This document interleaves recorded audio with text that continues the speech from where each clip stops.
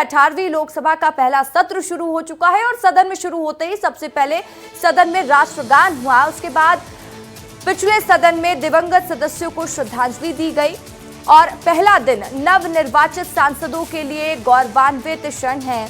तस्वीरों के माध्यम से देखिए, प्रधानमंत्री के साथ ही राजनाथ सिंह, नितिन गडकरी, अमित शाह और शिवराज सिंह चौहान ने सदस्यता ली, शपथ ली। तो तस्वीरें हम आपको आपकी टीवी स्क्रीन पर दिखा रहे हैं, जहां एक और सत्र से पहले दिन सदस्यता शपथ ले रहे हैं और सदस्य शपथ लिए, उसके साथ ही वही दूसरी ओर विपक्ष का विरोध प्रदर्शन भी जारी है। तस्वीरों के माध्यम से कांग्रेस और समाजवादी पार्टी सरकार का विरोध प्रदर्शन करते हुए देखे जा सकते हैं। आप तस्वीरों में देख लीजिए।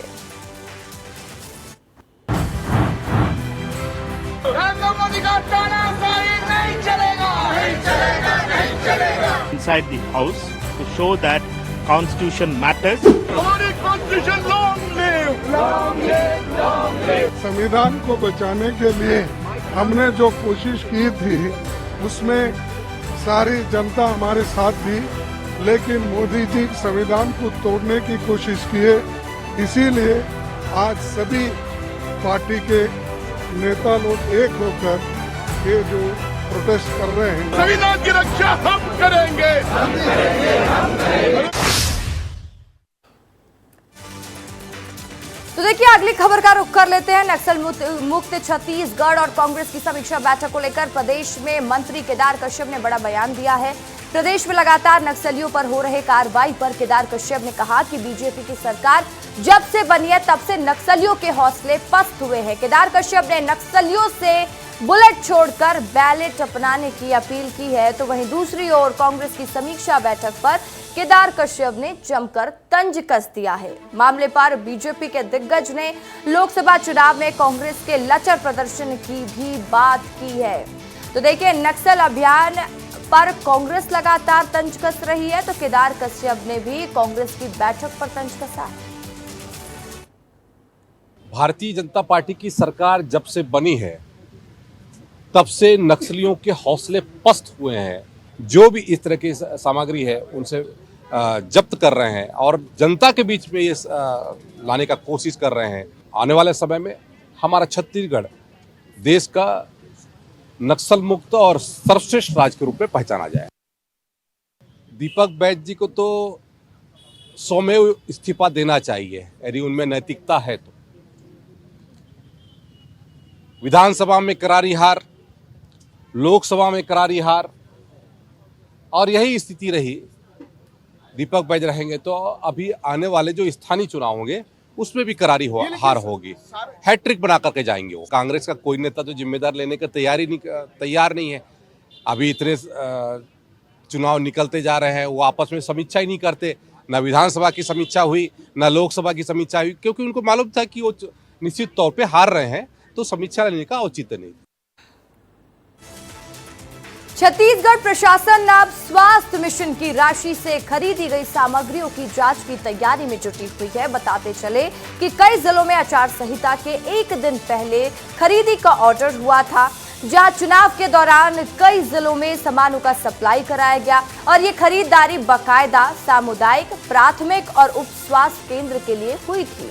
केंद्र में जब नई सरकार का गठन हुआ और चुनावी माहौल पूरी तरीके से शांत हुआ, तो अब प्रशासन इन सामानों की जांच की तैयारियों में जुटा हुआ है।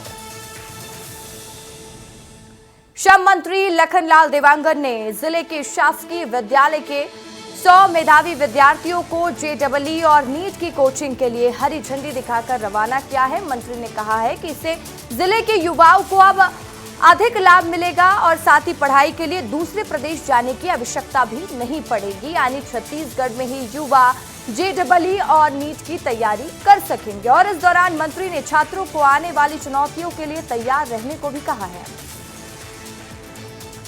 तो साथ ही सूरजपुर का चारपारा मोहल्ला, जहां पर आधुनिक युग में लोग अपना जीवन काटने को मजबूर है लालटेन के बीच, शासन प्रशासन से बिजली के व्यवस्था की गुहार भी लगाई गई, परंतु कोई भी आउटपुट सामने नहीं आया। देखिए ये खास रिपोर्ट।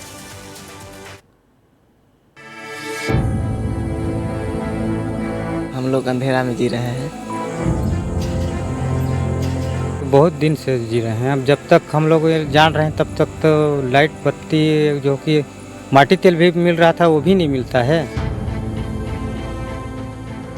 एक तरफ जहां डिजिटल युग में हर गांव कस्बे में बिजली पहुंचाने की बात कही जा रही है, वहीं सूरजपुर जिला मुख्यालय में महज 30 किलोमीटर दूरी पर 50 से ज्यादा परिवार अंधेरे में जिंदगी काट रहे हैं। आजादी के 75 साल बाद भी लोग लालटेन के नीचे जिंदगी गुजारने के लिए मजबूर हैं। आलम यह है कि इस गांव के बच्चे बिजली की अव्यवस्था के कारण दूर दराज के क्षेत्रों में पढ़ाई कर रहे हैं। बिजली की समस्या के कारण किसान आधुनिक तरीके से खेती भी नहीं कर पा रहा है।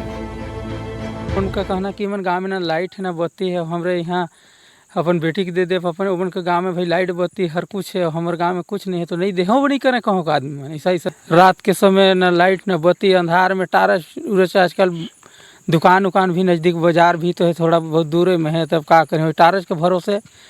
वो मोमबत्ती भी है तो बहुत महंगा है, 5 रुपये में एक ठे खरीद के लानी तो कई दिन चलिए 10-15 मिनट में तो एक ठे खत्म, तो कितना रोजी 5 रुपये लगाई 10 रुपया। बहुत दिन से जी रहे हैं। अब जब तक हम लोग ये जान रहे हैं तब तक तो लाइट बत्ती जो कि माटी तेल भी मिल रहा था वो भी नहीं मिलता है।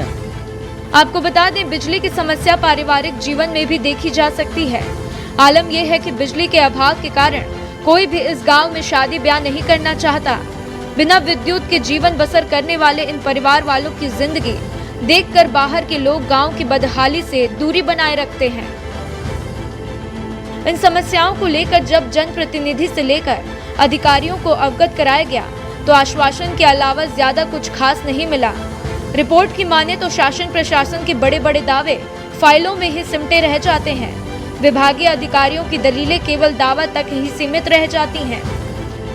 सेंट्रल गवर्नमेंट को भेजा जा चुका है। ये करीब करीब हमारे पास 752 बसाहट का था, जहां ऐसा गांव जो विद्युतीकृत हैं पर उसके मजरा टोला जो है उसमें बिजली नहीं पहुंचा है। तो इस ऐसे सभी गांवों का हमने प्रपोजल तैयार करके सर्वे वगैरह करके प्रपोजल बना करके हायर अथॉरिटी को अप्रूवल के लिए भेजे हैं सर। अप्रूवल सैंक्शन पश्चात वो काम वहाँ पे हो जाएगा। ब्यूरो रिपोर्ट, विस्तार न्यूज। महादेव सट्टा ऐप मामला एक बार फिर से चर्चा का विषय बना हुआ है। ऐसा हम क्यों कह रहे हैं, विस्तार से आपको बता देते हैं। क्योंकि पुलिस ने ट्रेडिंग सट्टा ऐप के स्कैम में 2 ठग और 2 बैंक अफसर को पुलिस ने गिरफ्तार किया है और आरोप है कि गिरोह के सदस्य भोले भाले ग्रामीणों के बैंक खातों से अवैध लेन देन कर रहे थे। गिरोह के 2 आरोपी समेत धोखाधड़ी में शामिल बैंक के प्रबंधक और कर्मचारी की भी गिरफ्तारी की गई है। आपको बता दें कि पुलिस ने आरोपियों की गिरफ्तारी धर्मजयगढ़ से की है। तो खबरों की दुनिया में हर दिन कोई ना कोई खबर वायरल होती ही रहती है और इसी तरह की एक खबर सरगुजा जिले के उदयपुर स्थित तहसील कार्यालय की सामने आई है, जहां पर एक बाबू का रिश्वत लेते हुए वीडियो वायरल हो रहा है। तस्वीरों में आप देख पा रहे होंगे कि जमीनी दस्तावेजों का नकल देने के नाम पर बाबू रिश्वत लेते दिख रहे हैं। रिश्वत की मांग को लेकर परेशान ग्रामीण ने वीडियो बनाया, सोशल मीडिया पर उसको वायरल कर दिया। वहीं उदयपुर तहसीलदार चंद्रकला जायसवाल ने कहा कि वायरल वीडियो की जांच करवाई जाएगी। नक्सलियों द्वारा सुकमा में किए गए आईडी विस्फोट में शहीद हुए जवानों को करणपुर कोटबा बटालियन के गार्ड ऑफ ऑनर दिया गया और डीजीपी अशोक जुनेजा सहित पुलिस और सीआरपीएफ के उच्च अधिकारियों ने शहीदों को अंतिम सलामी देते हुए श्रद्धांजलि अर्पित की। और सुकमा जिले के जगरगुड़ा इलाके में रविवार को नक्सलियों ने सुरक्षा बल के जवानों को निशाना बनाते हुए आईडी ब्लास्ट को अंजाम दिया था। 23 जून को जिला सुकमा एवं बीजापुर का सीमावर्ती इलाका सिलगेरे एवं टेकलगुड़म के बीच में मोदी द्वारा लाया गया एक आईडी ब्लास्ट की चपेट में आने से कोबरा 201 बैटलियन का 2 जवान विष्णु एवं शैलेंद्र शहीद हो गए। दोनों शहीदों का करणपुर कोबरा 201 बैटलियन मुख्यालय में डीजीपी छत्तीसगढ़, सीआरपीएफ एवं कोबरा के वरिष्ठ अधिकारियों, क्षेत्र के जनप्रतिनिधि द्वारा अंतिम सलामी दी जाकर। खबर बलौदा बाजार की है, जहां ग्राम कोस मंडी में आकाशीय बिजली गिरने से 2 व्यक्तियों की मौत हो गई। आपको बता दें कि दोनों ही व्यक्ति खेत में धान की बुवाई करने गए थे, जहां पर बारिश होने के दौरान दोनों पेड़ के नीचे खड़े थे। मृतक का नाम नंद कुमार निषाद है और भोला वर्मा बताया जा रहा। थाना पलारी पुलिस द्वारा पंचनामा कर शव को पोस्टमार्टम के लिए भेज दिया गया है। जिले में प्री मानसून की बारिश के साथ लोगों ने बुवाई शुरू कर दी है। किसानों ने पूजा पाठ कर खेतों में नागर और हल उतारे हैं। बताते चले कि इस बार मानसून में देरी की वजह से किसानों की चिंता बढ़ गई है। रिपोर्ट की माने तो बारिश में देरी के कारण फसल चक्र आगे बढ़ता हुआ दिखाई दे रहा है, जिसका असर फसल कटाई के बाद अगली फसल पर पड़ने वाला है। तो वहीं उज्जैन से बड़ी खबर है। यात्री बस हादसे का शिकार हो गई, जहां पर 18 यात्री हादसे में घायल हुए हैं। 4 यात्रियों की हालत गंभीर बताई जा रही है और बस में करीब 40 यात्री सवार थे। हम आपको बता दें, महिदपुर तहसील के गांव नारायणा और गांव सेका खेड़ी के बीच हादसा हुआ है। पुलिस ड्राइवर की पहचान कर रही है। तो देखिए, प्रदेश के मुखिया सीएम डॉक्टर मोहन यादव जबलपुर पहुंचे। रानी दुर्गावती बलिदान दिवस कार्यक्रम में शिरकत किए और अपना अलग अंदाज दिखाया। लोक कलाओं के बीच कलाकारों के साथ ही वे जमकर झूमे। रानी दुर्गावती की समाधि स्थल भी पहुंचे, पुष्पांजलि अर्पित करते हुए नजर आए। आप तस्वीरें देख लीजिए अपनी टीवी स्क्रीन पर। वो पूजा अर्चना भी करते हुए नजर आए। फिर सभा स्थल को संबोधित किया। क्या कुछ कहा है प्रदेश के मुखिया ने, सुन लीजिए।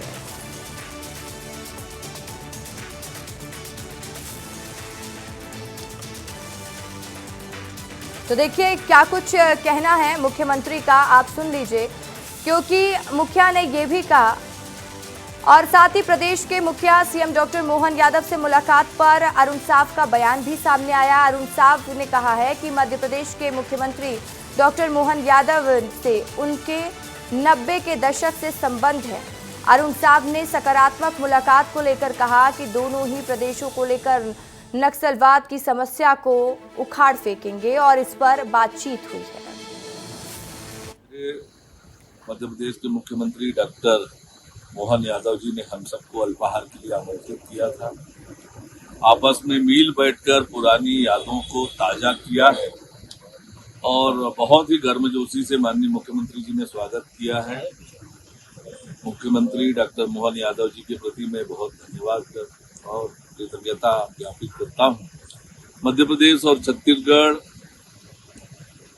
आपस में बहुत ही प्रगाढ़ संबंध रहा है। वो संबंध आगे भी बना रहे, मिलजुल कर काम करें, ऐसा विचार हम सब लोगों ने किया।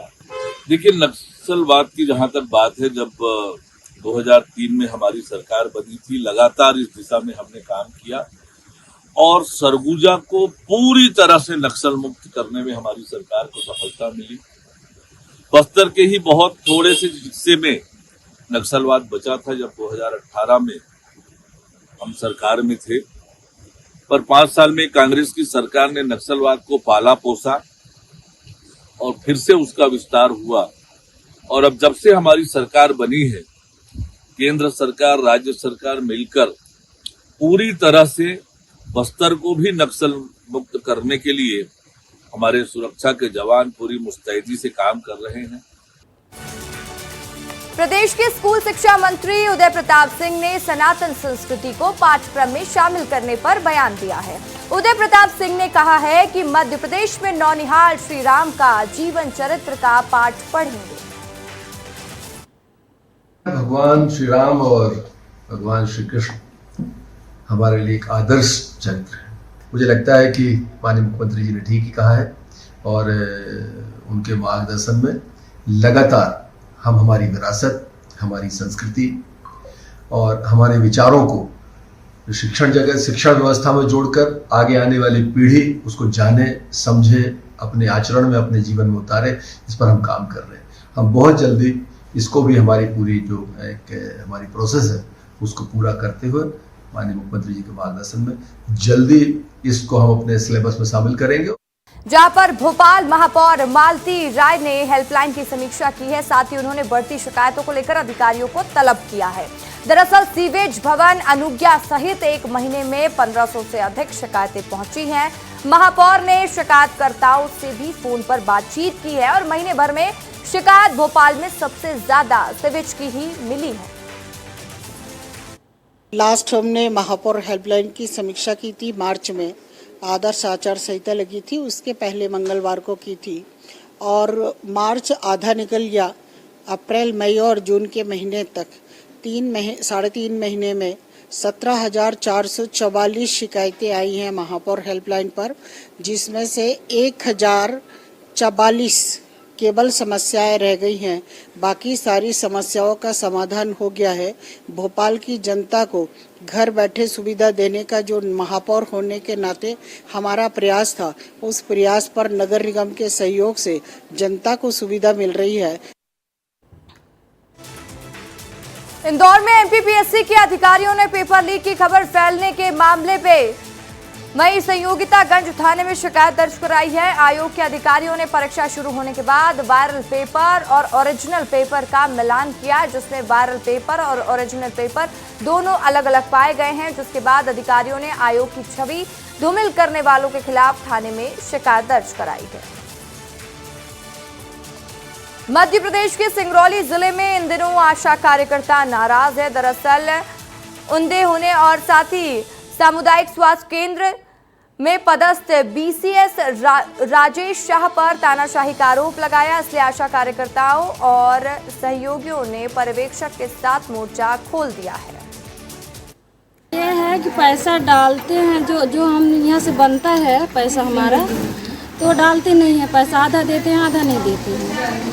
मेरा भी अप्रैल का पैसा 2000 काटा, मैं गया था देवसर, तो बोले कि सर काहे के लिए काटे हैं, तो बोले कि हो गया आपका रिकॉर्ड सही नहीं होगा। और कब बीसीएम सर मेरा रिकॉर्ड चेक करने आए थे कि इसका रिकॉर्ड नहीं है, और मैं फिर रिकॉर्ड लेकर गए थे सर में 20,000 रुपये। तो हम बोले कि हम 20,000 रुपये नहीं दे पाएंगे, 20,000 देंगे तो हम सामान किससे लेंगे। तो फिर बोले कि आपका नहीं हो पाएगा इसमें 5,000 में, 5,000 ले लिए हैं और मतलब बाकी अभी पूरा पैसा नहीं रही में मैं, और इनका सिंगल विंडो मैं यहाँ से बनवा के देता हूँ, सहयोगी ले जाके जमा करती हैं, और इनका पूरा सिंगल विंडो जो जाता है उसमें इनका काट के पैसे दिए जाते हैं। बताते हैं कि बजट नहीं है, पर जब बजट आता तो फिर इनका नहीं देते। जो लोग पैसे दे देती उनका पैसा दे देते। यहाँ से कई लोगों, सीताकली हैं, केश कुमारी है, इनसे पैसे ले लिए 5,000 रुपये, इनका कुछ का दे दिए कुछ का नहीं दिए। और समिति का पैसा देने के लिए इन्हें 1,000 रुपये ले रखा सबसे, समिति का इनका रजिस्टर रख रखा है। आशाओं की नियुक्ति करते हैं तो जिसकी नियुक्ति हो जाती है समिति के द्वारा, उसी से फिर फोन लगा के 20,000 लेते, फिर लिस्ट निकालते हैं।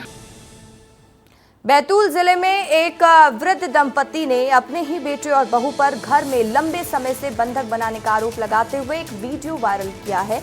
वीडियो वायरल होने के बाद बैतूल कलेक्टर ने इस मामले को गंभीरता से लेते हुए मौके पर पहुंचकर स्थिति का जायजा लिया, जहां वृद्ध दंपति को कमरे में कैद करने के आरोप पर संज्ञान लेते हुए तुरंत ही बुजुर्ग दंपति को आजाद कराने के आदेश दिए गए हैं। वही खंडवा के घंटा घर के पास एक घी की दुकान में रविवार रात करीब 1:30 बजे अचानक से आग लग गई और दुकान के पड़ोसी ने लोगों को आवाज लगाकर घटना के बारे में जानकारी दी, जिसके बाद आग पर कड़ी मशक्कत के बाद फायर ब्रिगेड की टीम ने आग पर काबू पाया और ये आग घी व्यवसायी शैलेंद्र के दुकान में लगी थी। मुख्यमंत्री विष्णुदेव साय स्वतंत्रता सेनानियों के साथ करेंगे भोजन। सीएम हाउस में 26 जून को दिया गया आमंत्रण। उसके बाद मुख्यमंत्री साय स्वतंत्रता सेनानियों को सम्मान करेंगे। प्रदेश भर के हर जिले में मीशाबंदियों को आमंत्रित किया गया है। लोकतंत्र सेनानी संघ के राष्ट्रीय उपाध्यक्ष सचिनानंद उपासने से जानकारी प्राप्त हुई है। और इसी के साथ इस बुलेटिन में इतना ही। फिलहाल के लिए मुझे दीजिए इजाजत और खबरों के लगातार अपडेट्स के लिए आप बने रहें विस्तार न्यूज के साथ। नमस्कार।